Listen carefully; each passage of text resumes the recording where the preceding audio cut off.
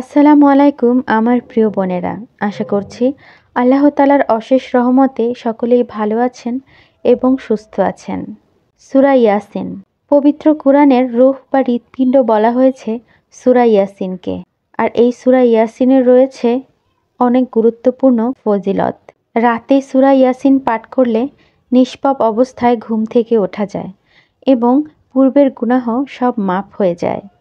যে ব্যক্তি সূরা ইয়াসিন বেশি বেশি পড়ে থাকে, কিয়ামতের দিন এই সূরাই তার জন্য আল্লাহর দরবারে সুপারিশ করে। রাসূলুল্লাহ সাল্লাল্লাহু সাল্লাম বলেছেন, যে ব্যক্তি নিয়মিত সূরা ইয়াসিন পাঠ করবে তার জন্য জান্নাতের ৮টি দরজাই খোলা থাকে।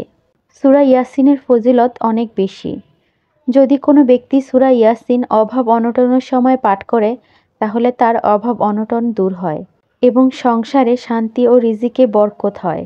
মৃত্যু পথযাত্রী ব্যক্তি বা যে ব্যক্তি মৃত্যু যন্ত্রণায় ছটফট করছে তার পাশে বসেও সূরা ইয়াসিন পাঠ করার কথা বলেছেন আমাদের প্রিয় নবী সাল্লাল্লাহু সাল্লাম। হযরত আবু যর রাদিয়াল্লাহু বলেন, আমি রাসূল সাল্লাল্লাহু সাল্লামের কাছ থেকে শুনেছি, তিনি বলেছেন, মৃত্যু পথযাত্রী ব্যক্তির কাছে সূরা ইয়াসিন পাঠ করলে তার মৃত্যু যন্ত্রণা সহজ হয়ে যায়। সুবহানাল্লাহ।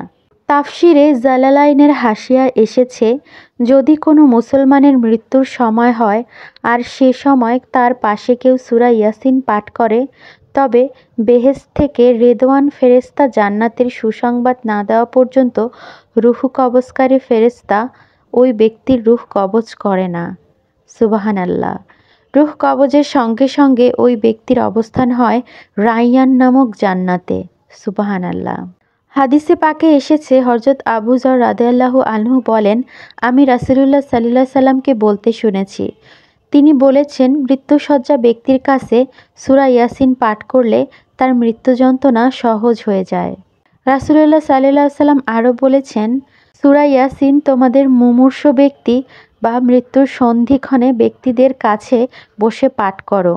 তাই অবশ্যই আমার বোনেরা, আমাদের পরিবারে যদি কেউ এরকম মুমূর্ষ রোগী বা মৃত্যু পথযাত্রী রোগী থেকে থাকে তাহলে আমরা অবশ্যই তার পাশে বসে সূরা ইয়াসিন পাঠ করব।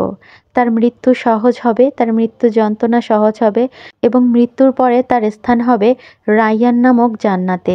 সুবহানাল্লাহ। তাই অবশ্যই আমরা প্রতিদিন সূরা ইয়াসিন পাঠ করার পাশাপাশি অবশ্যই আমাদের আশেপাশে যদি এরকম কেউ অসুস্থ মুমূর্ষ রোগী থেকে থাকে আমরা অবশ্যই তার পাশে বসে সূরা ইয়াসিন পাঠ করব। আল্লাহ তাআলা অবশ্যই তার মৃত্যুকে সহজ করে দিবেন। সবাই ভালো থাকবেন, বেশি বেশি সূরা ইয়াসিন পাঠ করুন, বেশি বেশি নামাজ পড়ুন, আল্লাহ তাআলাকে ভালোবাসুন, সকলকে হিদায়াতের পথে আহ্বান করুন। আর ভালো লাগলে চ্যানেলটি সাবস্ক্রাইব করে দিবেন, আমার জন্য দোয়া করবেন। আসসালামু আলাইকুম।